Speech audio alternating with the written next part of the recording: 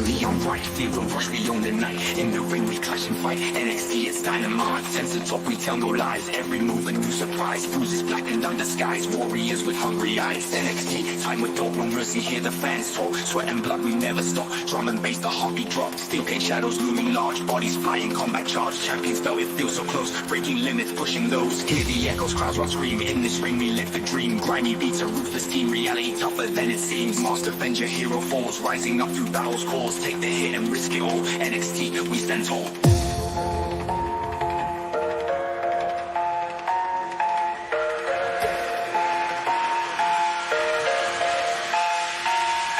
We stand tall.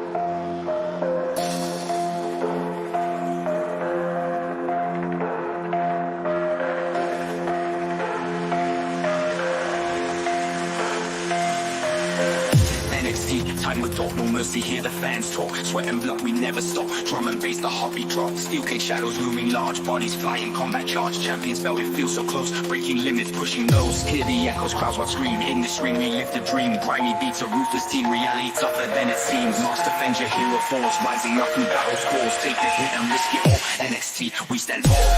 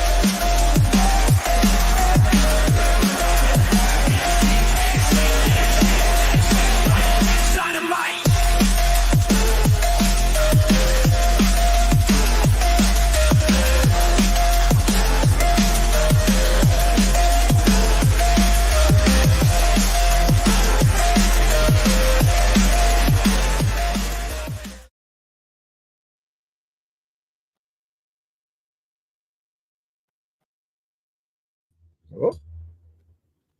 Where is Hello. Hello. How's everything going? Welcome to NXT on this beautiful Wednesday night. We're here to talk about NXT. We're here to give feedback. We want to get y'all feedback. Like, share, subscribe. We want to get y'all feedback. Let us know. We're here to talk about NXT. Like I said, I got two partners right here. I got Mr. Joe. What's up, Mr. Joe? That's right. Joe BNCO here of the PUWF Destroyers of Smoke. Yeah. Doing good. NXT's last episode on USA Network. Yeah. And then I got Mr. Invisible Man. Good evening, good morning, good afternoon. Whenever you hear this, like, share, subscribe, on all that jazz. This was a drunk-filled review, ladies and gentlemen. So you're gonna enjoy my rants. Let's go. Yeah. All right. So we got first match. I was gonna say, just want to send prayers out to the people in Florida. They're probably about to get hit with a Category 4 or 5 hurricane. Another one? Yep. Damn. I'm not gonna say anything because like we got the tip of it like a few weeks ago. So I hope you guys prayer for you guys. Water, paper toilets, canned food, and crackers. Yeah. It sucks. That's the way of life. Yep. I guess, yeah. Speaking of which, first match, take it away, D-Walk. Ta-da. Oh, my bad. First, we want to talk about our first match. We talking about the women's North American title.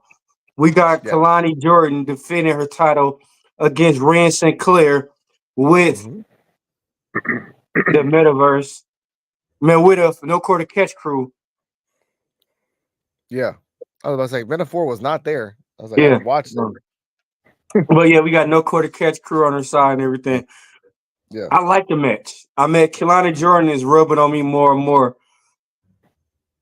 She's starting to show me like she worth being a champion. Uh-oh. I know that girl from somewhere. Joe, go ahead. Joe on Joe. I don't like the bubbliness. Okay. I don't like the bubbliness. The bubbliness has got to go. Got to give her more of an edge. Which, by the way, ladies and gentlemen, coming soon, the shirt Joe on Joe from the PWF. Because when Joe on, Joe just Joe. Anyway, I'm just a little tired. I will say this. I'm actually agreeing with D-Walk here. This was actually a very standard, not really standard. This was a really good match in terms of like Ren Sinclair and a lot of reverse arm drags from Kaylani. A lot of athletics from not really from Ren, but she's really rubbing off on me in the sense of like wrestling moves. She's really learning from the no quarter catch crew, like a lot of different types of moves, learning from the legs. She wasn't really a true villain in this episode. I mean, in this match, it was more of like a sportsmanship, but sort of like trying to be evil, but you're kind of goofy at the same time type of way, in my opinion. And all I can say, this is okay. The only highlight I have this match is that when Kaylani was outside and no quarter catch crew was all looking at her. She's looking at something, and I was like, "What are you looking at?" She looks really confused. Then, and I want to give a shout out to Joe for this. This reminded me of when that big boy who fought Braun Strowman threw Javon Evans at him, or what you said looked Bronson like Javon Reed. Evans. Yeah. Someone threw Sinclair from the top turnbuckle at the three people outside. It wasn't like she dove. It was someone out of nowhere came to the turnbuckle, lifted her up off camera, and just threw her at the three people. Because like Kaylani barely missed him. Like, oh shit. So that's a good highlight. If that was all her who did that, dude, you better sign her up to something because she reminded me of Jeff Hardy there. Like, I'm just gonna die. I'm just gonna die. And hopefully someone catches me. Yee. But split-legged moonsault for the win. Yeah, too bubbly for me. Too damn bubbly. No, I mean, I'm just saying for the first match and a women's match for the last couple of weeks, the women's matches have not been good. You know, This you're about to have a fight, right? You know, you're about to fight. You're about to fight another person. Yeah. Make it believable. Yeah. Why the fuck are you smiling and bubbly? And she slapped you. This whole fight started over a slap. Yeah. They're friends. They're friends because I'm guaranteeing you next week they're gonna come out again in the back in the. We have a room specifically called. We'll reveal that later, ladies and gentlemen. But it's just again the only thing I liked with the reverse arm drags, really good technical wrestling from Ren, but too much bubbly from Kaylani. And Mr. D-Walk, what would you rate this match?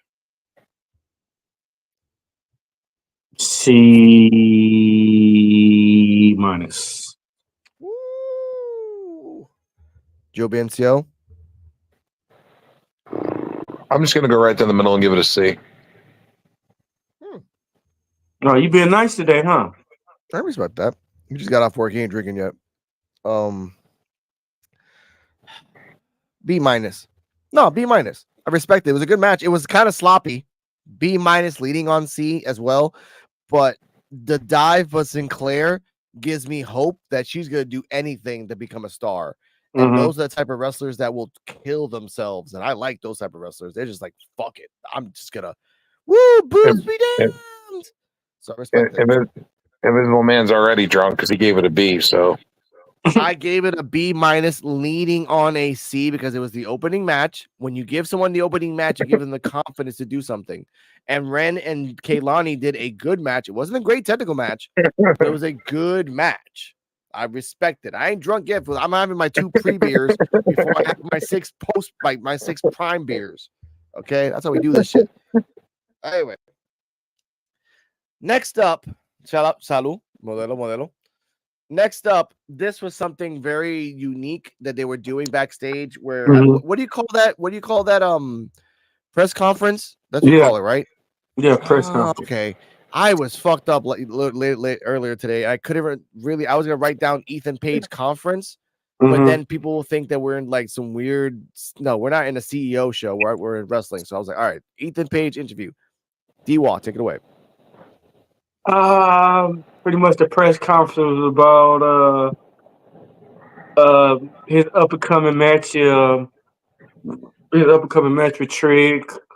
And pretty much it was just like asking questions like a press conference, like they was like boxing. You know how boxing when they do the press conference and everything, they ask them how you feel, what's gonna happen in the match, and all that type of shit. But they only did Ethan Page, but they did Trick later on. Yeah, they did everybody like in sections, and I have the questions here. Question 1. Do you presume that you're gonna stay the champion? He said yes, and just cockingly. The second question is like, does Trick does well? That's how they said it. And he gave him accolades. 3 years it took Trick to get the championship, but it's my era. And then is CM Punk a factor? And he said no, because if he becomes a factor, I'll deal with him myself. And that's all you're gonna hear from me. And bye. So,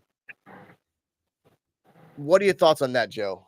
Like, first off, this press conference style that they're really trying to copy from other places, which I respect. Like, usually you see this at the end of the show, like in the post. So I like that. Like, I like that they're doing this like while the show is happening.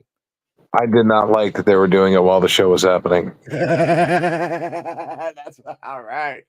We got content, ladies and gentlemen. I want a fucking wrestling show, not a goddamn press conference. Press conferences are for after shows for winners, and you know, and we're doing it mid-show throughout the whole fucking show as fodder. Yeah, fuck out of here with that shit. That shit was weak. Yeah, there's a lot of other ones we'll talk about. There was a total of 1, 2, 3, 4 to 5. So, and each one was unique in its sense. I know that some in your eyes, each one's gonna suck. The last one for me sucked, but we'll get to the last one later. Next, you know what? No, we're not gonna do ratings because Joe's gonna give it an F. I would give it a nice little C, and I'm predicting C- D from D-Walk. Yeah, I know you guys so damn well from that shit. All right, next up, backstage segment. Yep, there you go. Another one. Oh yeah, again chronological, motherfucker. I was drunk. I'm analytical when I'm drunk. We have more backstage segments than we did actual matches. Oh yeah, keep going. We got a lot more. Go on, D-Walk. This was actually a good. I can talk about it because it actually was a good segment where they lead up to certain things. They are setting up somebody that Joe's not gonna like. We had Javon Evans talking to CM Punk. He was chopping it up with him, talking about his match next week with Randy Orton. As they was talking, CM Punk trying to give him advice on how to maintain the Viper, but that ain't gonna happen.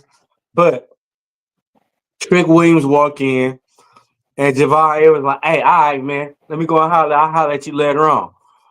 Boom, he leave out the room. Trick Williams and CM Punk talk about him being a referee next week against Ethan Page. Yeah.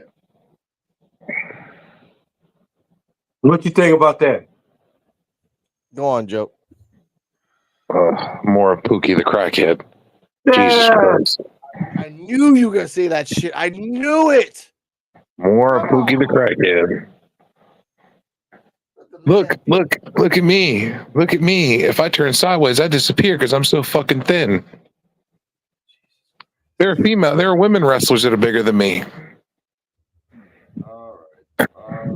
Fuck him. And the whole backstage segment was a bunch of shit just to lead up to Trick and Punk having a little, hey, how are you gonna call this thing?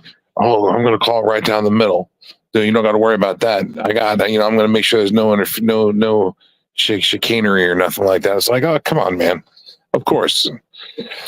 Of course, it's gonna be that. Well, we'll talk about that later. Almost at the end of the show, when it all concludes. I think for me, again, you didn't like this, and I don't like so many more backstage segments than wrestling. But in this one, they're really slowly setting the seed of Javon. Slowly. We'll talk about Javon later. He had a match. Trick and CM Punk, because CM Punk is like the Pilgrims in Native America. They just want to freaking manifest. He just wants to manifest destiny on everything, all the fucking time. So him here, yeah, he's gonna turn on Trick, but we'll talk about that later. Next up, this is something really funny. The Grayson Waller effect with Fraxium, which I called him Fraxium because, again, Grayson Waller called him Fraxium. Booker T's like, Fraxium sounds pretty fucking cool. And he referred to Fraser as Kurt Cobain and Axiom as a Power Ranger. Damn. Oh, and then it's more for time. Yeah. Also, they gave Grayson Waller and Austin Creed never a welcome back, and they said, I can't wait to leave this fucking dump. So I did like that. And then Austin said, boo, if you guys think you're trash, and then everyone slowly booed and then stopped. I'm like, oh, I like that. That's pretty smart. I wish they did that in the 90s. That would have shut up a lot of people. Boo if you're gay. Everyone's quiet now, huh? Oh, look at that. Yeah. That would have worked. That would have worked perfectly in the 90s.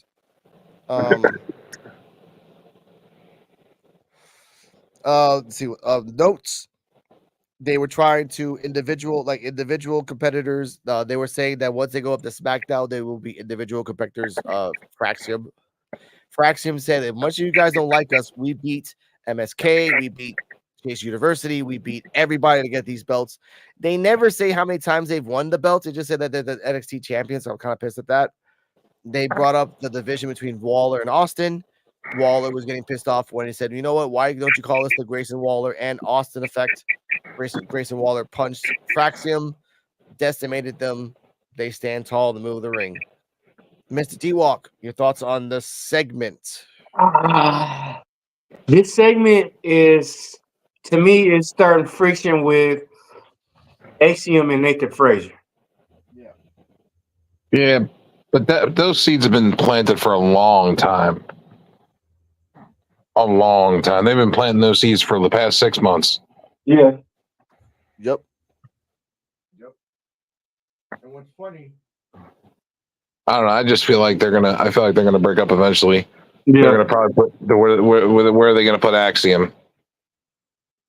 You know where they're gonna put him. They're gonna put him with the LWO. Yeah.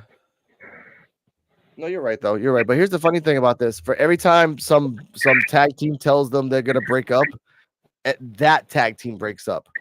MSK said that. They broke up. Chase University said that to them. They broke up. Grayson Waller and Austin said it. They're going to break up. And they're probably going to break up at NXT to bring more people in to be like, oh, wow. They did that on NXT. I said this weeks ago, Joe, they are the cancer of the tag team division because for every person that fights with them, they break up. They are never the same. They are worse. So this is probably going to be a good match. and I will see the betrayal from Grayson and or Austin. That's all I gotta say about this. And I give this, in terms of rating, I give this whole thing. I mean, the jokes are pretty funny. I give it a B. I give it a B because it was funny. They called him a Power Ranger. That was fucking hilarious. Yeah. That was pretty fucking funny. And the Kurt Cobain thing, like, yeah, you kind of look like Kurt Cobain, man. You kind of look like the guy who did the burning hammer to Ibushi. So, Damn. Looks what like was his name? Which one? Who was it, Joe? the Burning Hammer. Yeah, remember in the cruiserweight division, this guy did it to he did the burning hammer to Ibushi. He's an old guy. He came back. He was like, "Oh, I'm an old wrestler." He dresses like he looks like Shawn. He looks like Brett Michaels, except if he was skinny and just I forgot what his name was. Fuck. Brian Kendrick. Yeah. Fraser looks like Brian Kendrick. He just does. Oh, sorry about that. Axiom kind of looks like Scorp from the Super Nintendo game Saturday Night Slam Masters.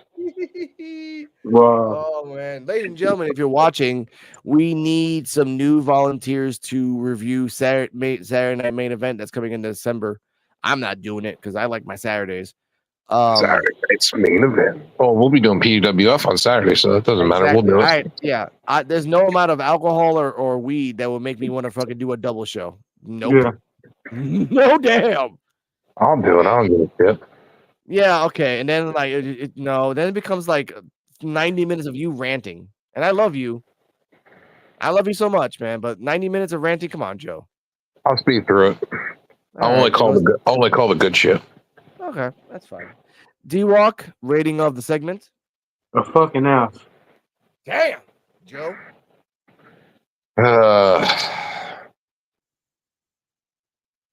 I'm gonna go D. Okay. They're really, really compelling and contrasting shows. Next up, we have a Metaphor and Alexis King backstage segment. Now, yeah, indeed. I wrote this down. This is really funny. I had to write this down because this is really fucking funny. Here we go.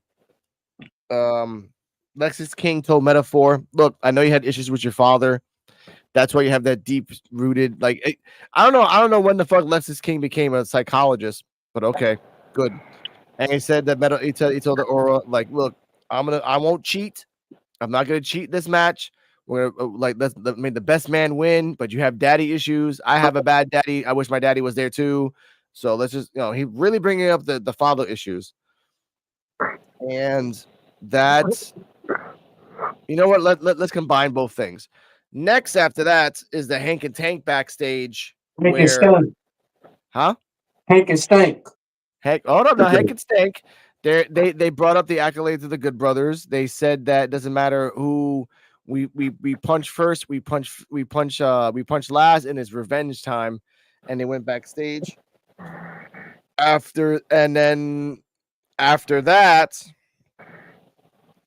Joe's idea and my idea too. The NDA room backstage with Brinley and Petrovic and all the other blonde girls that might be connected to Vince McMahon. We don't know, but the BX Sports Jedi Network is watching that live with the Misfit Nation. So give them a shout out for them. The Vince McMahon VIP lounge. Yeah, next time it will be called the Vince McMahon VIP round. We'll get that champagne room. No. Hey, you know who Hank and Stank? You know who Hank and Stank remind me of? Who? They remind me of Heavy Machinery and Public Enemy. Yeah, a little bit of both. Well, we'll talk about that.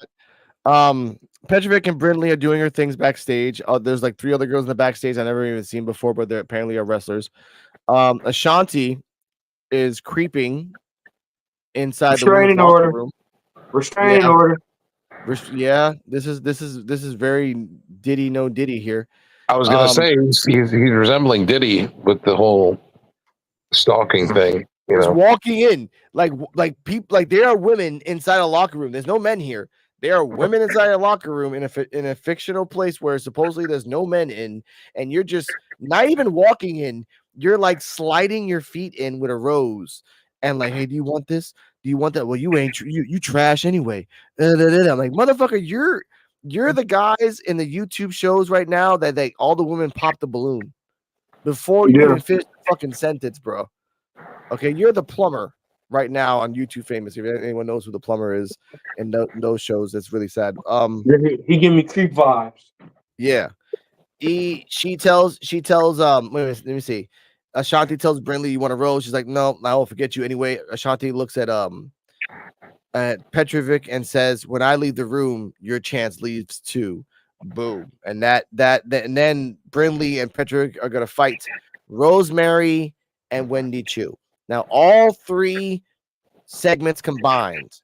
And I did that for a reason, so there's different contrasts. What was your thoughts on this, D-Walk? Diddy vibes. That's all I'm gonna say. Diddy vibes. I agree. And also, did anybody notice that they're trying to turn Lexus King babyface? Slowly? Not really. We'll get to that. Not really, because like, I thought so too. But what they're going to do, well, you know what, Joe, your thoughts on these 3 segments?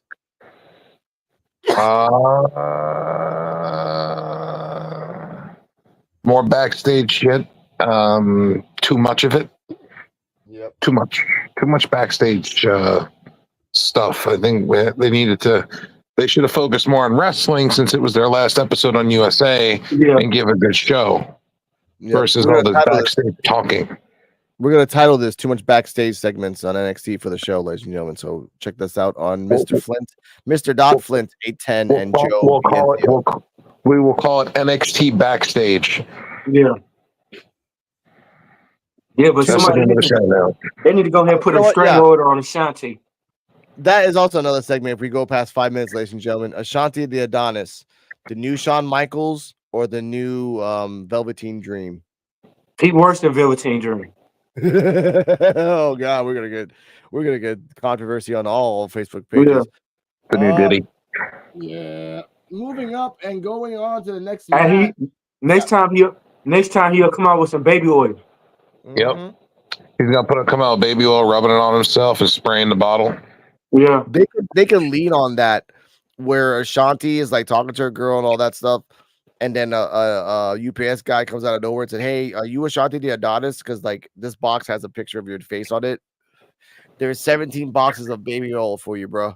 Like I don't know where to put this." And all the girls are like, "Nope, see ya," and they all just run away. They all just run away, except for the men who are of a homosexual persuasion. Be like, "Hey, baby," and Ashanti. Then you see who the real Ashanti is right there, the Adonis or the anus. All right. Box of dildos and baby oil. That's what you'll get. Job. Moving on. Next match. Finally. Hank and Tank versus the Good Brothers. Oh shit. Go on, Joe. Nope. Yep. Just nope. I'm just saying nope to this match. Just nope. This match was a whole lot of nope. And using the Good Brothers as fucking as tag team fodder to lose to other teams, it's ridiculous. You have the decorated tag team that's wrestled all over the world. Yes. And you're having them just lose match after match after match. Why? Because that's what they're paid for. They're not paid to win championships. They're paid to be an enhancement talent. You should know that by now. Sadly, like I like this match because excuse me, ladies and gentlemen, I went up. I like this match because they were really showing more heat than the other guy. Not the one that's really loud, but the other one that's really quiet. And I did like when oh Jesus Christ! I did like when one Hank and Tank was thrown into the corner. The other Tank, ladies and gentlemen, the air around us is just smoky. When one was thrown into the corner, the other one threw himself into that corner so he can soften the blow. So the guy didn't really get thrown into the turnbuckle and get destroyed. He got thrown into the turnbuckle, got bounced back, got the momentum. They did their special for the 1, 2, 3 and Hank and Tank win. I don't know why they're burying all these like named tag teams. I don't know why. And for Hank and Tank, and they're a good tag team. They're not a great tag team. They're really like melded together tag team of like just Okay. weight. Go ahead. Okay. So if they broke up, I don't see them going nowhere but getting released. Hell no, that's right. That's right. To me, Sadly. I don't know why they doing the Good Brothers like this. I mean, I understand they could have picked a better tag team. They could have picked Crime Time 2.0. They had to go over it. But Hank and Stank, I can't see them. I don't even see them in a tag team contention. No more contenders. Yeah. Yeah. I can get that. Joe already said his thoughts, so I give this match a solid, standard squash. C. Just a C. Yeah. I know. Yeah, Jesus Christ. I have to get an app for this so I can put all the things in and we can just judge for the night. Next up, backstage, Javon and other, which is God, I forgot his name. Cedric Alexander. Thank you. Cedric Alexander. I don't do this because I really forget his name sometimes.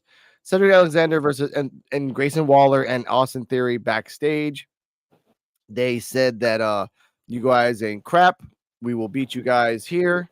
Javon and Cedric were making fun of them. Javon told Austin and Grayson Waller, excuse me, Kevin Owens behind you is behind you. They freaked out and they ran away.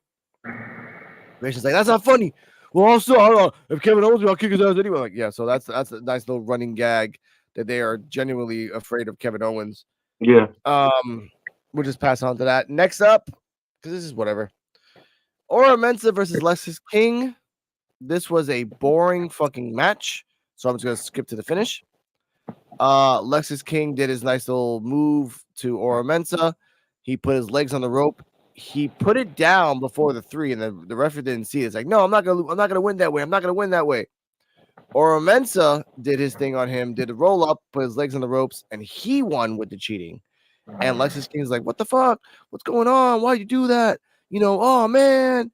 So, D-Walk, what are your thoughts on this match? Because they're gonna continue this. I don't know why they're continuing this, but they're gonna continue this. That match sucked. Yep. I give it like a F to the infinity and beyond. Mm-hmm. I give it an F to the goddamn dark hole. My God. Yeah. They need to figure something out. Joe, your thoughts on the match? Terrible. It was terrible. Awful. They need to do something with Lexis King and do right by him. Yeah.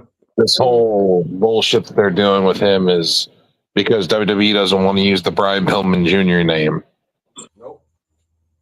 WWE needs to stop being selfish about building different characters and stuff, and let him use his real name, so he can actually embrace his father's legacy.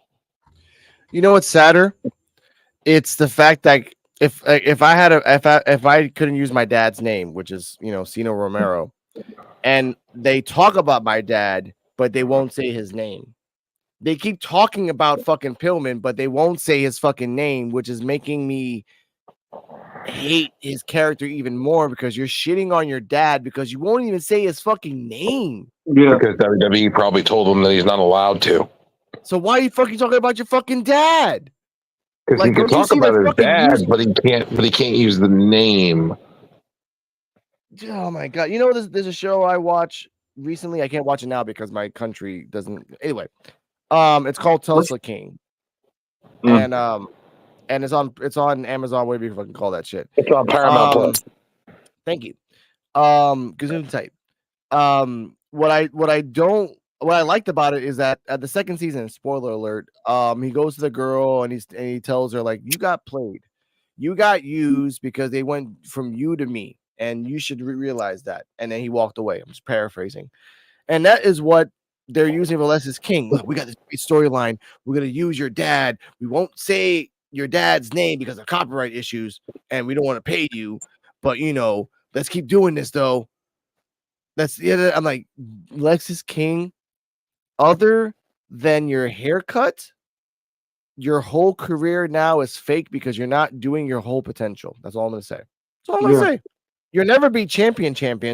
No. You'll never be intercontinental, but you can be US. Work for it. Earn it. Don't be a fucking dick. Use your fucking dad. I'll be pissed, dude. I'll be just like, do we have to bring up our dads? Like, yeah, we're getting paid for it. They're gonna trademark our names when you go to AEW anyway, and then you gotta call yourself, instead of Oro Mensa, you can call yourself Silver NAFTA, whatever. I don't care. Either way, moving on. I give this match a fucking D. Storyline an F. That's it. Next up, Tony the Don D'Angelo special training segment. The Rocky segment. This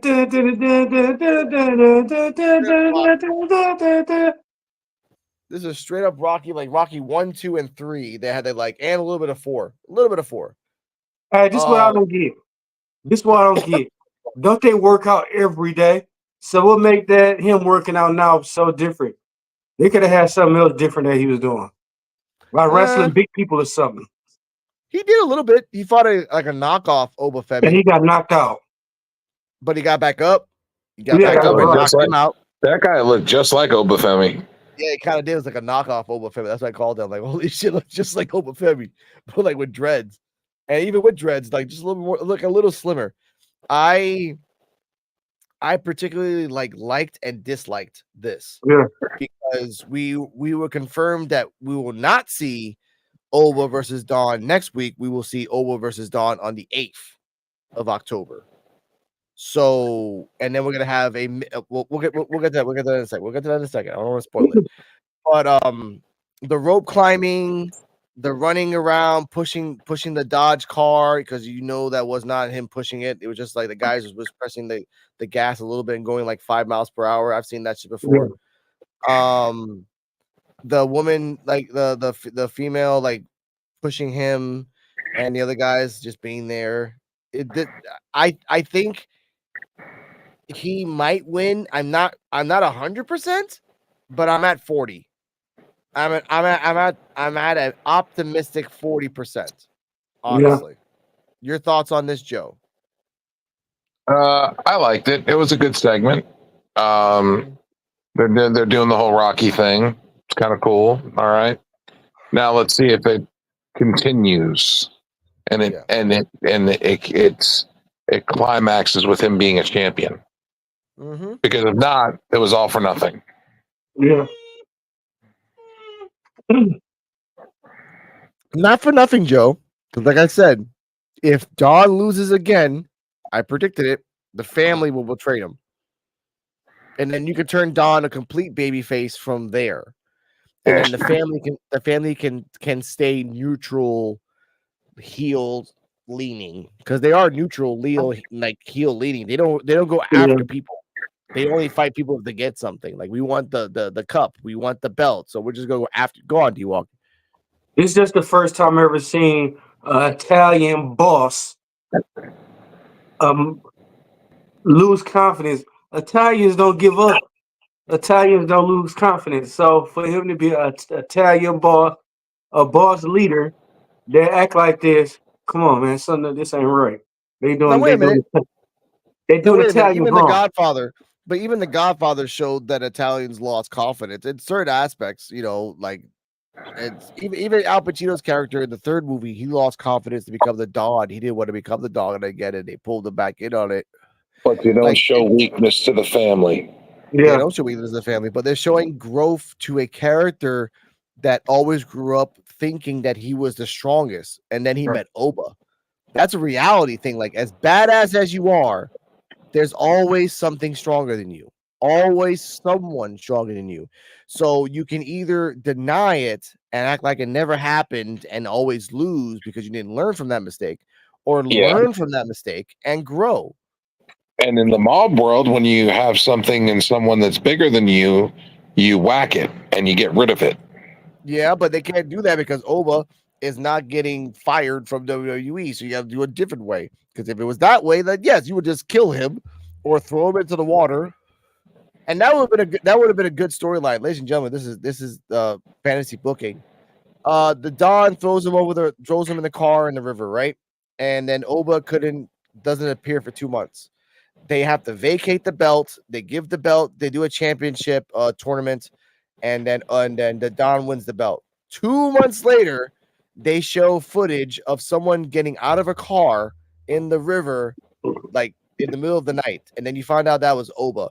And Oba, through a montage of videos, has been watching the whole time in the background, and then he comes back a monster, a true monster. They could have done that too, but we're not at Netflix yet, Joe. Like you said, we'll get there, but for now, And NXT is not going to be there. NXT is going to the CW.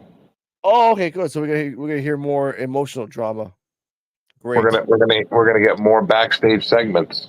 All right. Mm. What do you rate this D-Walk? Ass. A fat ass ass. All right, Joe. D. I give this. I mean, I'm the one drunk, and I'm being optimistic here. Holy shit! I give this a B, because this was a good segment, good montage, good flashbacks of his match. It connects to something later. So that's what I liked about it. It's a continuing storyline. Next up, And let me hold on, Invisible Man. Hold on. Take 3 more shots, and then let me ask you that again on what you think about it, and your real answer pop up. All right, give me a second. Hold up. Ladies and gentlemen, do not try this at home, except if you're Puerto Rican living in Puerto Rico, then knock yourself out. It's a fucking Wednesday. We are professionals. Mm-hmm. We are pros. We are alcoholics. Anyway.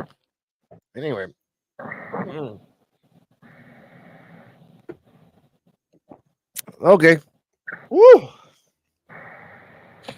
Love my beer. Let's see what this question is. Because again, I think it's a good segment because I think it continues on going from the and I this is NXT. Everyone betrays everybody in NXT eventually. Everybody does. Also, happy blessing. No Jensen and Sean Spears today. None. Not a set. Nothing. I was like, oh, thank the gods for that. I don't need to hear that. As bad as this show was, we probably could have used it. It probably would have helped a little bit. For what? You have to talk to another random person telling him, hey, Sean Spears is fucked up. When he fights the guy that Sean Spears, like, no, I don't need that another week. I don't, man. With all the fucking talking segments they had, and they didn't put them in there. Next up, you ask that question, D-Walk, because I had my 3 shots. What's your grade for the backstage segment with Tony D'Angelo doing his Rocky gimmick all over again? No, it's not. Give it a B. It was a good segment. It continues on because 2 things are going to happen on this show that continue the story. Not 1, 2. So that's what I liked about it. They're really focusing on this. They're giving an Oba shine and they're giving a Don shine. But let's continue on. This match was fucking weird, so I'll say why. D-Walk, the more he drinks, the higher he's gonna rate these segments. No, I won't. Because this you know what? This after this segment, I might change my mind. After this one, Ridge Holland versus Riley Osborne. Oh man, come on. This hold up now. I wrote this down. From the jump, Ridge Holland was coming in. Riley came first. No diddy. Ridge Holland was walking to the ring. Riley Osborne did a beautiful dive to the outside to Holland. And that started the match. They went into the ring, rang the bell, back and forth. Ridge was very jumpy. Not Ridge, sorry. Riley was very jumpy against Ridge, jumping off the ropes, hitting a nice little forearms back and forth. Ridge Holland, once he grabbed Riley, did the backpack DDT for the 1, 2, 3. Post-match, Thea was like talking shit to Ridge, and then fucking Riley came out of nowhere and jumped on Ridge Highland. Sorry, Ridge. Back and forth. Thea was screaming at her face, and they talked too much. Yes. But this wasn't the end of them. This wasn't the end of the feud. And what are your thoughts on this, D-Walk, that there might be a part 2 of Riley and Ridge? First of all, Thea Hill doing way too much. Yes. She doing way fucking too much. She overreacted because all that shit she was screaming and everything. I was hoping Ridge Holland was like slam her or something. I'm not against beating on women either, but she goddamn deserves. She needs to shut up. But they got her doing too much, man. Like she overdoing her role. Yep. And then to me it's like Osborne, Osborne and Ridge Holland, Riley Osborne and Ridge Holland is not go. It's gonna be Andre Chase go come back. Yeah. And they're gonna be like best friends all of a sudden, all over again. Like, I'm sorry, I trust you and everything, and let me make this better and everything, shit like that. And Chase go met Hudson go make it like, okay, yeah, you my guy and everything. I'm gonna wrestle and everything. So Okay. Joe, your thoughts? For starters, I wanted to see Ridge give a back DDT to Thea Hale on the outside of the ring. see, I'm not the only one. We're not there yet. We're not at the Netflix era yet. Can we just wait about a few more months before we get to that era? He could have done it. He could have done it. All it would take, a backpack DDT is an easy sell. Yeah. It's an easy fall. It's safe, and it would have looked devastating to like do it on the outside on like the padded barricade thing that was down there on the ground. Yeah, but he should have gave her 3 of them though. He should have just gave her one, and then Riley Osborne should have attacked him after that, and then they could have like broke it up to make it to where they could have had another match, and they could have made it like a no DQ match or something. Yeah. Okay. And then you have Ridge destroy Riley Osborne. Mm-hmm. Now, I think where you're going with this, but I think Chase is coming back next week, and I think Chase is going to betray Ridge and Duke and join Ridge Holland, and then Thea as well. No. No, this is why. If Ridge, because I always thought that Thea's going to turn with Ridge, but after he decimated everybody, by this happening, and they're continuing the Riley and Ridge story, which I don't know why, but they're going to do this match again. You predicted it. You predicted it, D-Walk. Mm-hmm. Chase is coming out on CW October 1st, and you think he's going to be like supporting Riley, and then Riley loses, right? Doesn't help. He's just there to support. Mm-hmm. Riley loses. Riley goes to Chase and say, "I'm sorry." Chase destroys Riley, and then Chase goes with Ridge. And then Thea either does the fake acting some more or says, you know what? Finally, fuck this. I'm joining these guys. I'm done. That's it. And I think because I think Chase University needs a major heel turn, and they need Ridge Holland. Ridge Holland by himself, when he came out, was boring as fuck. He came out in a fucking like semi suit. I'm like, dude, you're not that intimidating. And then you're doing the same fucking move that fucking crippled Big E. Why do you keep doing that fucking move? Yeah, that's why I don't like. I don't too much care about Ridge though. Like after he heard Big E, I'm like, man, because he fucked up a whole good thing for New Day. If you do brain busters, if you do brain busters and someone broke the neck because of a brain buster, stop doing brain busters. You're done. It was a belly suplex, but he's still doing it.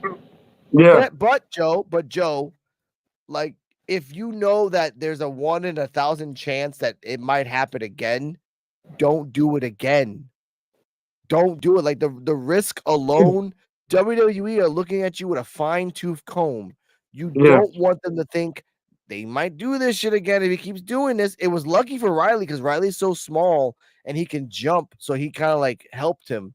But he's gonna do it to some big wrestler that might accidentally like not take it. And again, the stink of him doing it to Big E is still there. Stop doing it to people, and then they'll be like, oh shit, am I gonna do a Big E too? Am I gonna be like that? Like, you don't need that right now. You don't. No. I'm just saying that as a fan. As a fan, switch it up. Switch it the fuck up. You're doing the back DDT. That's awesome. You can do a German, you can do a fisherman, you can do an inside out, you can do something other than that move. That's all I'm Yeah, gonna say about that. yeah, that's all. Yeah, That's it. that's like I said. I don't too much care about Ridge anyway, so he haven't really showed me nothing. Yeah, What you think, Joe? the whole thing is just the whole thing with them and Chase U, Ridge and Chase U was just bleh. Yeah, Bleh. I'll NXT doesn't clip really have this. a lot of good storylines. No, not okay. They have good story. They have like maybe 1 to 3, but we'll get to that. We'll get to that in a second. Out of an entire roster, you have 1 to 3 good storylines. That's really good. You know what? Hey, you know what? For a woman, 1 to 3 times ain't that damn bad. All right, now we'll continue on. All right, now you'll understand that later. Femi press conference backstage. The first question was that are you excited that, which by the way, this happened. I didn't write that down. I got it later. The Miz announced that on October 1st it's going to be Tony D'Angelo and Femi on the Miz October 1st. Boom. Press conference. They asked him, are you like excited that the Miz? He's like, I don't care about that. Don't really care about that. Next question. I love that. I'm like, I don't give a shit about the Miz. I'm like, and I hope that when the Miz comes up to Oba's like, I can break you, so you should shut up. And Miz is like, okay. Second question. Did you? I love that. Oh, did you see the montage that Tony D'Angelo did in the gym? What are your thoughts on that? Tony D'Angelo is just broken. So that's the only thing I gotta say about that. And no more questions. And he walks away. So you only get 2 questions. D-Walk, your thoughts on Femi press conference? I mean, Femi's always good though. I mean, Femi straight to the point. He wasn't like everybody else that made like 5-10 minutes. Femi came. He was just to the straight point. I want all the smoke. Who gonna bring it to me? That's all it was. Okay. Joe? That's all he usually ever is at Femi. Straight to the point. Yeah. Man of little words. I like that about him because it doesn't really talk. He talks that shit, backs it up, and he's been undefeated, so it works. So I give this segment in terms of like, a nice little, a good B. Because again, he was just Femi not giving a shit about the Miz, so I get points for that. Femi continuing the storyline, telling him broken, so I love that. Femi saying no more questions, fuck you guys, even better. That's what a champion's supposed to do. Bye. That's it. I'm a champion, and I'm not getting pussy for this. Bye. Yeah. Bye. Next up, something the opposite of getting vagina. Wesley and Zachary went backstage. Oh, yeah. Yeah. This was a very how do I describe this? I think they realized that popular opinion said this feud blows, so you're gonna have to like amp it up. So they probably thought if we keep bleeping out stuff, then that works. I don't think it did because I got written here. Let me see. The only thing I wrote down was a lot of bleeping and Gigi, which is Zachary Wentz's which is Gigi wife, Dolan. Gigi Dolan. Get my woman's name out of your mouth. Nice little Will Smith callback. Yeah. And they were trying to find each other, and they never found each other backstage. D-Walk, your thoughts on this bleeping, bringing up a random woman, blah, blah, blah, which that means she'll probably come out at the match. Yeah, she's going to come out and then betray Zachary for Wesley. This is a Jeff Jarrett all over again. They could have did something better than that. They could have had him like, I said, like, my man, somebody would have been still talking shit. And they didn't even know he was going to pop up on him and get to beating his ass instead of meeting them halfway up.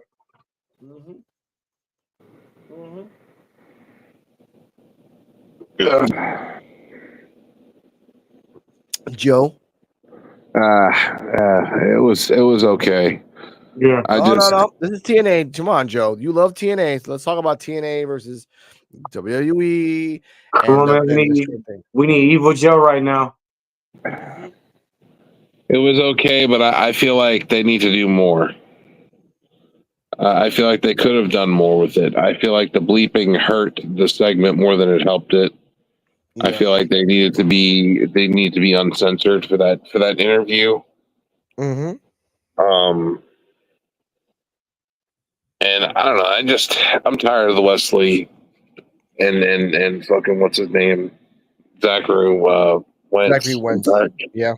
Tired Yeah. of.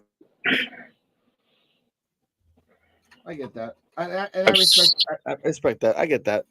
It just what should have happened was while the interview was happening, they should have showed another video backstage of like Wesley entering like Gigi Dolan's house and kind of like stalking her.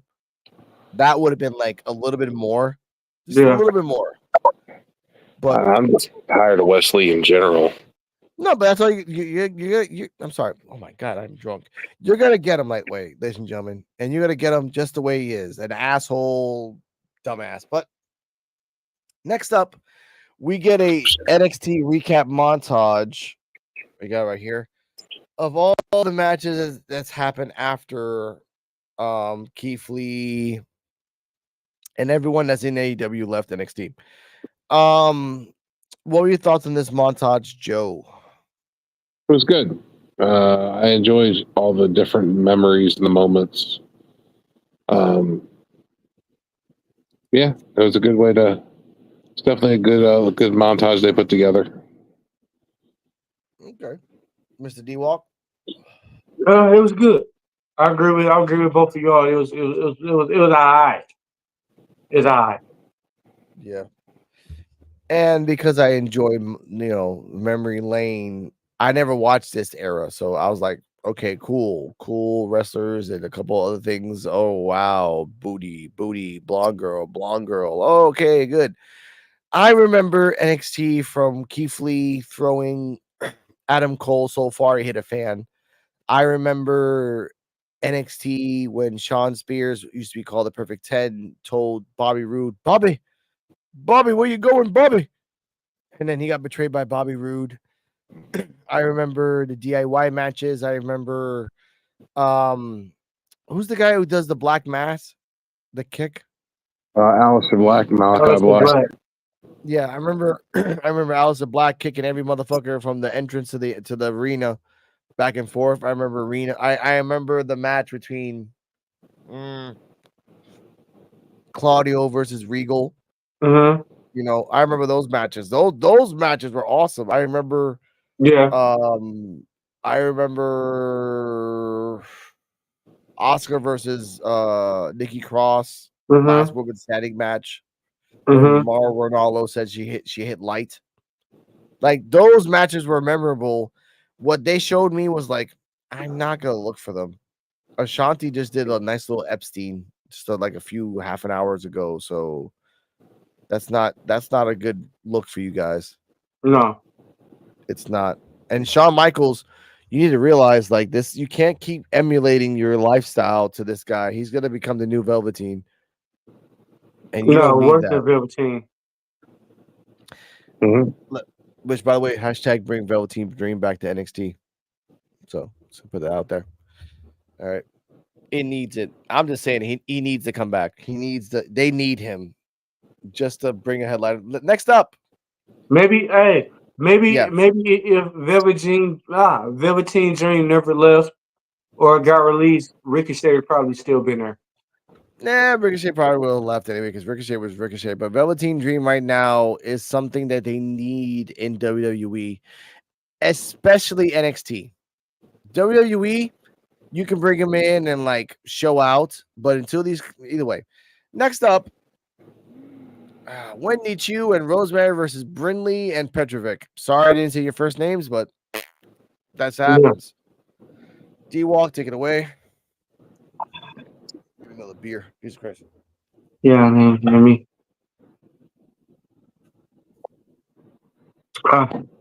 Okay. Uh,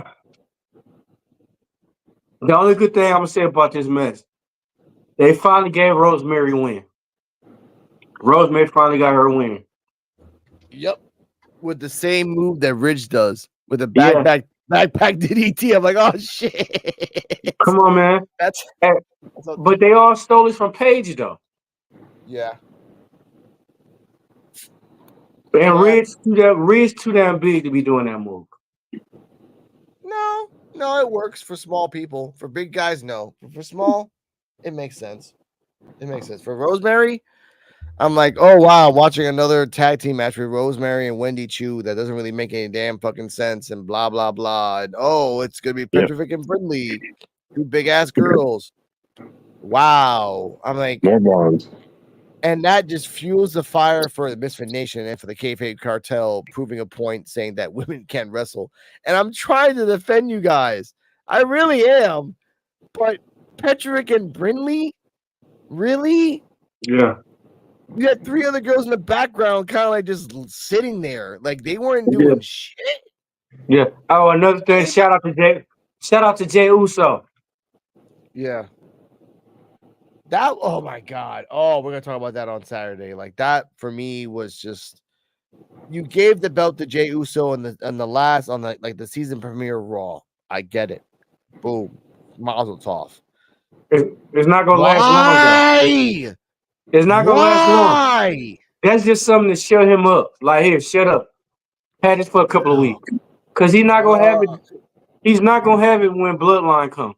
When the Bloodline war happen, he's not gonna have it. You did all this for Breaker. You did all this for Breaker. You turned him to a heel. He has the thing, and then you give the Jey Uso. Yes, it was a pop. Yes, the crowd went crazy. Yes, it was a thing happening on Raw that rarely happens. No one expected it. That's why you did it. Smart. Yeah. Now you got to deal with the consequences of you did this shit. Yeah. But back to Rosemary Wendy Chu. This match was a D. I was not excited for this shit. It was boring as fuck. I like big butt women because again, I grew up in Puerto Rico, ladies and gentlemen. I see that shit every single day going to Walmart. Every day. Ladies and gentlemen, every day. You want to see big booty women? Go to Home Depot here in Puerto Rico. All the female workers got big asses. This is not me being drunk. This is an accurate depiction of Home Depot here in Puerto Rico. And the majority of them are OnlyFans and single. Oh, Joe's sleeping. Damn. Hey, I'm gonna mess around and go to Puerto Rico. I'm gonna mess around and go to Puerto Rico and overpopulate y'all. You wish. You wish, motherfucker, they would eat you alive. Boy, they be dancing like woo. They'd only be overpopulated. They'd only be overpopulated for 1 year. I'm gonna take you for that challenge. Just whatever you do, don't go to Dorado. Dorado is just the place that you need money for that place. I give this rating D-Walk. I give it a goddamn D. All right, Joe. D. Yeah, D's all around. Next up, this is pretty funny. Lola Vice, Jayla Parker, and Ava backstage segments. Oh God. Now I think I got this either let me see. Give me a second. I think I have this wrong. No, yeah, this is before. Ava backstage tells Jada and Lola like, "Hey, I know you guys have been having problems with Fatal Influence, but they're gonna have a press conference later. And I have an idea. You and Jada are gonna have a chance to fight them, and it's going to be as a tag team." And Lola Vice was trying to be, Latina. This is what she was going to say, uncensored. Viewer discretion is advised. ¿Qué? Vete para el carajo, cabrona. Y no voy a estar con esta mujer. Prefiero cogerme una cuchilla y prefiero matarme yo misma que trabajar con esta cabrona. Tú sabes, tú me entiendes. No me importa, cabrona. Yo no voy a estar contigo. Pa'l carajo eso. Esta loca. Translation. I don't want to wrestle with her. That's the short version. So I enjoyed this segment. I enjoyed that both these girls are technically Latina. I don't think Jada Parker is Latina, but she understands how it is. Yeah. And they're going to fight two of the members of Fatal Influence, but we don't know who. D-Walk, your thoughts on this? I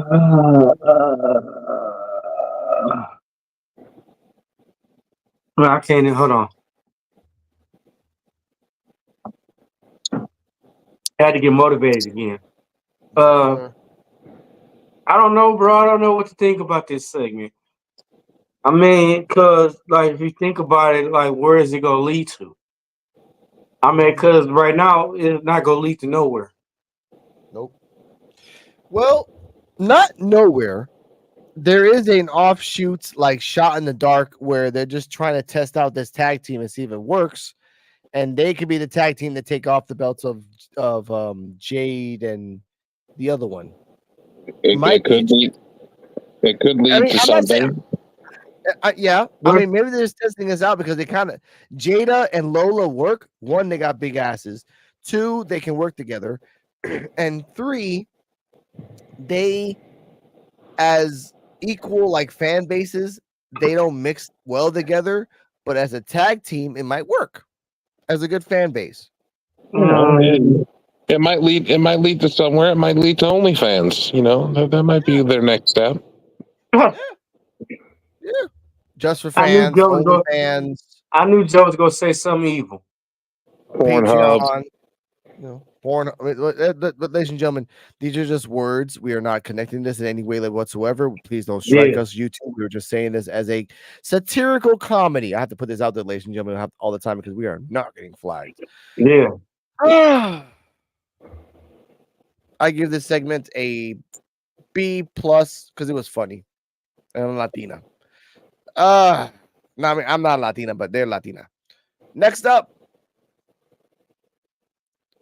CM Punk, Ethan Page backstage segment. This is more boring. This is more boring than going to a church on a Saturday. Yes. This church on Saturdays here is very boring. I'd rather watch cartoons than go till 1 in the afternoon. They don't even have church. Hey, so imagine how when black people go to church, then black people in church for the whole day. They do over here too. I used to go to church and sometimes on Saturdays at 6 o'clock in the evening.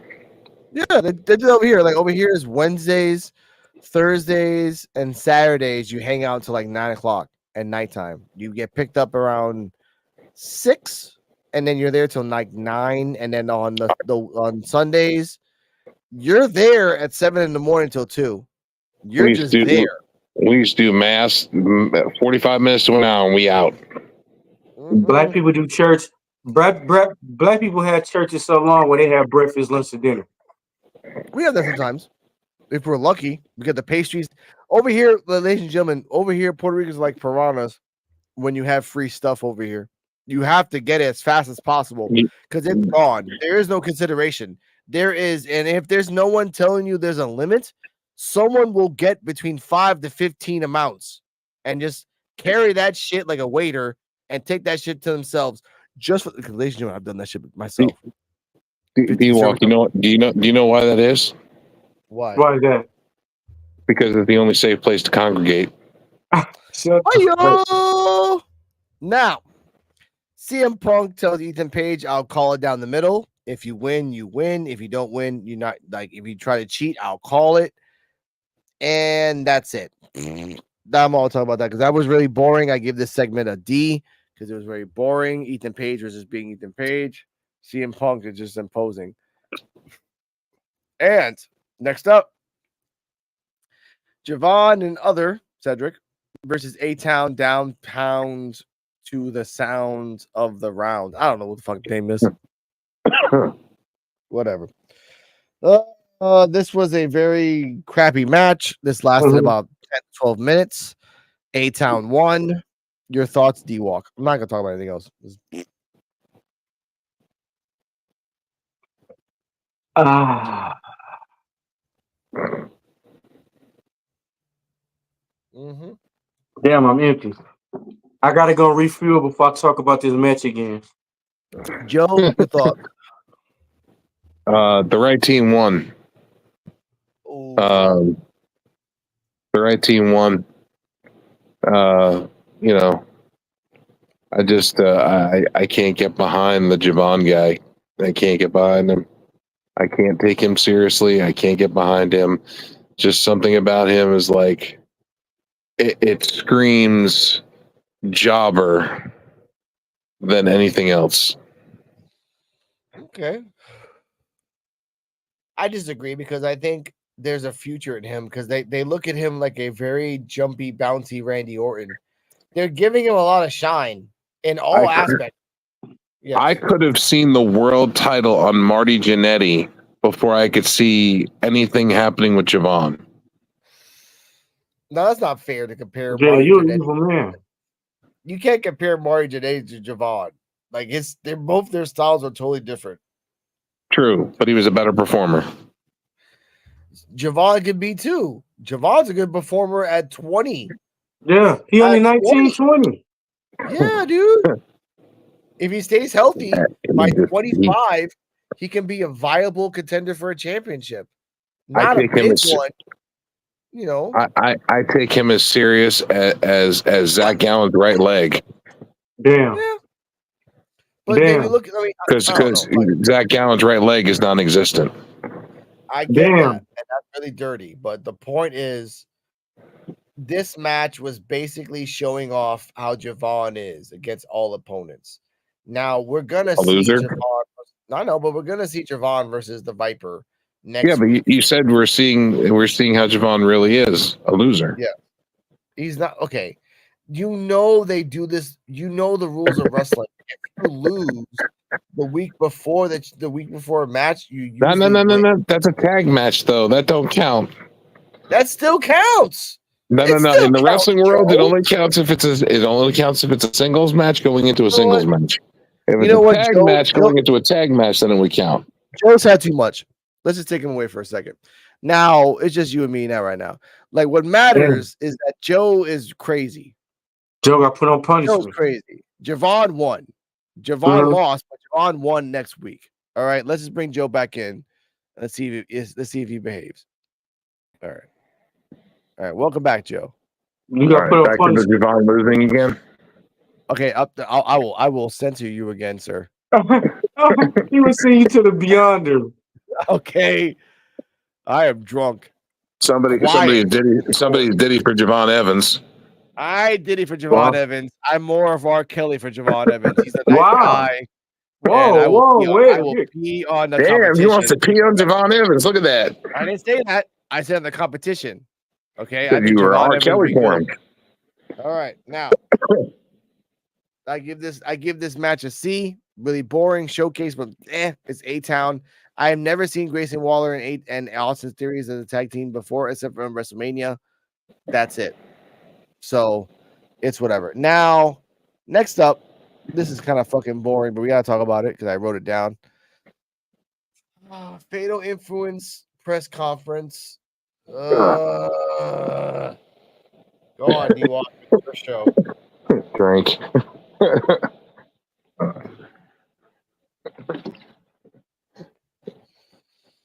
This actually happens. Hate it or not, man. Love it or hate it. It actually happens. Joe, you could do it. I don't even want to talk about it. All right. Fatal. I got it right here because I was drunk and I was watching this yesterday. Let's see what we got here. Fatal Influence. Okay, here we go. The first question is that what are they trying to do something different? They said they're trying to do things different to be the gatekeepers of the women's division. Second question was about Kaylani Jordan. They said that she doesn't deserve the belt, so eventually they're gonna go after Kaylani. And third question, none. And they said that they also said that which two women are gonna join the fight between Lola and Jada. They didn't say when, they didn't say who, but they said that they will say it at the beginning of the match. So it's 2 mystery opponents out of the 3 to fight Lola and Jada. Obviously, what are your predictions of the match, D-Walk, between Lola, Jada, and Fatal Influence? I gotta go with Lola and Jada. All right, Joe. The Ass Sisters. Yeah. That's their new tag team name, the Ass Sisters. I think Fatal Influence is gonna win because Jada and Lola remind me of Goku and Vegeta.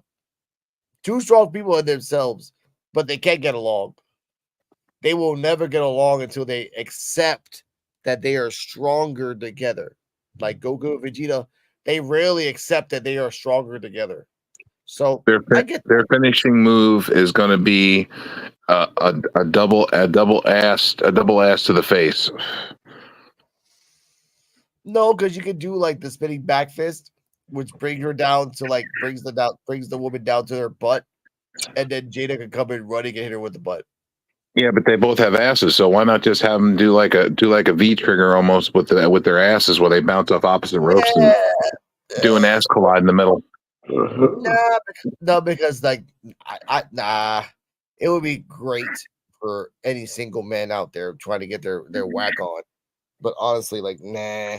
I think like I said, Jada does her special, makes the woman sit down on in the middle of the ring. Jada starts running, boom, does her special. But 1, 2, 3, knocks him out both ways. You can call the finishing move the Super Collider. Oh my god! All right. Hey, when I see them wrestling, I just hope for a wardrobe malfunction.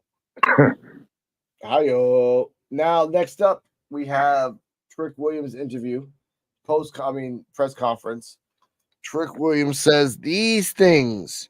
He's gonna try to win in the first question. Second question. Damn, I was drunk. What the fuck? He said he's gonna try to win. Factor. Oh, that CM Punk is a factor in the match, but he's not gonna be. He's gonna be distracted by it. He's gonna try to win. Try to do the best he can. There is no third question. And now we're gonna skip this because this is an okay segment. The main event. Here you go. Roxanne Perez and Julia in-ring interview with Funaki. Contract signing. Huh? Yeah, contract signing. Mm-hmm. God damn. This D-Walk talk about this because this was a really weird. A lot of fuck up. A lot of fuck up. I was drunk when this shit came out. It was good, but it was good. Like I said, it was good. I liked it. I wasn't expecting it. You had Julia and Roxanne Perez talking shit to each other. They had their signing and everything. They was talking shit. And I would say this is the best part of the whole show. Yeah. Really? As they was That's talking part of the whole show. As they was talking shit, guess who popped up on the screen? Finally. Hold on, no. Before we get to that, before we get to that, Joe, explain why you thought this is the best part of the show before we get to the debut of somebody else. One, Julia's English is getting better and better as the weeks go on. Mm-hmm. And it's showing. She's doing very well. I'm very impressed with her. Her English is improving a lot. The air where you breathe must be just tainted with hallucinogens. Continue. Damn. Jesus Christ. And they're building up hype for this match because it's probably going to be a title change. I thought so too. Okay. D-Walk, you thoughts on this before the debut? Yeah. The debut put it over the top for me. Yeah. Of course. I did too. But again, there's a lot of intricacies in what's happening here. I'll explain in a second. Yeah, I mean, I liked it. I mean, like, it was interesting. Okay. All right. Ladies and gentlemen, when I'm drunk, and this is all because of D-Walk's fault, because he loves me drinking when I'm talking about this shit. Yeah. No Diddy. Exactly. This was a cluster F because I love that Funaki was trying to translate, but then he would look down in his book and read what was already written. So you're not really translating. You're just literally you're reading what's already on the book. That's just sad. One, Julia's English translation to Japan is horrendous. It reminds me of Asuka 2016, where she just sucked, and it was just like you're not there. You can say 4 to 5 words, but when you get to the 6th word, you're kind of fucking up. And again, nothing against you, Julia. Nothing against you. It took me a while to change from English y cambiar a español así. Porque la diferencia entre español and English Hey, is so the sound change. so Go did they on. say the same shit about Bruce Lee? They didn't say that shit about Bruce Lee because what happened with Bruce Lee light your ass up. That's how Julie is in wrestling. But Bruce Lee was a guy that if you met him at Starbucks in this day, he'd kick your ass. Mm. Julia seemed that she practiced the words because that's why Funaki was there. Funaki was there to make a purpose. If you knew how to talk English and translate, then eventually you didn't need Funaki. You could just say it and try her best. She reminds me of Sheeta in AEW. Sheeta sucked in English. And now, after like 5 years, she got better. She's not great, but she got better. And it shows. So for her, I'm like, I think this is a good thing. Roxanne Perez against Julia seems like a one-trick pony. Oh, I'm the prodigy. Da da da da da da da da da da. You're like, you've done this shit for like 6 or 7 girls. Like, you need to stop this shit. Like, you need to step up. Oh, you're only here because of me. I made this famous, and that's the reason. Like, and Julia's rebuttal was like, "Oh, of course I'm here because of you, because I want the belt." Like, don't shut the fuck up and say, "Look, I came to NXT to try new talent. You're the new talent. I want to destroy you to get the belt. Done. That's it." What came after that was this, ladies and gentlemen. Thank you for D-Walk for bringing this up. Stephanie Vaquer appears in the damn screen, not in person because you can't be bothered to do that. Can you, Stephanie? Because her visa issues are not resolved until the 1st of October. Oh my God, these freaking people are playing with dice while on fire. Now, D-Walk, your thoughts on Stephanie debut and what might be a triple threat down the line. Finally. And then, like I said, Roxanne Perez, she gonna lose one of these matches. She ain't gonna win both of them. And neither one or other, she gonna lose. She gonna lose one of them. And then I'd rather see her lose to Julia, so Valkyrie could wrestle Julia. Yeah. Joe? I would like to see Julia beat Roxanne and go on to take on Stephanie Vaquer. Yeah. Yeah. Now, Because they've had great matches in Stardom. I get that. I respect that. I think, and usually I'm right about this, Roxanne is going to cheat to keep the belt. Not win, but cheat to keep the belt. Disqualification, what have you. Then they're going to set it up for a triple threat between Stephanie, Julia, and Roxanne. You can pin Julia, you can pin Stephanie, you can whatever. Roxanne goes up to the main roster. Because if you beat Julia, then there's no reason why you can't beat Stephanie. It'll be a one of a kind thing. I'll tell you that much. I've never seen an NXT person beat someone from outside twice. Yeah. Maybe once, but never twice. And that'll be a one of a kind thing. But that means you're putting all your eggs in Roxanne Perez. So once you go to the main roster, what the fuck you gonna do with her there? Like that's what I'm scared for her. Honestly. Your thoughts on that?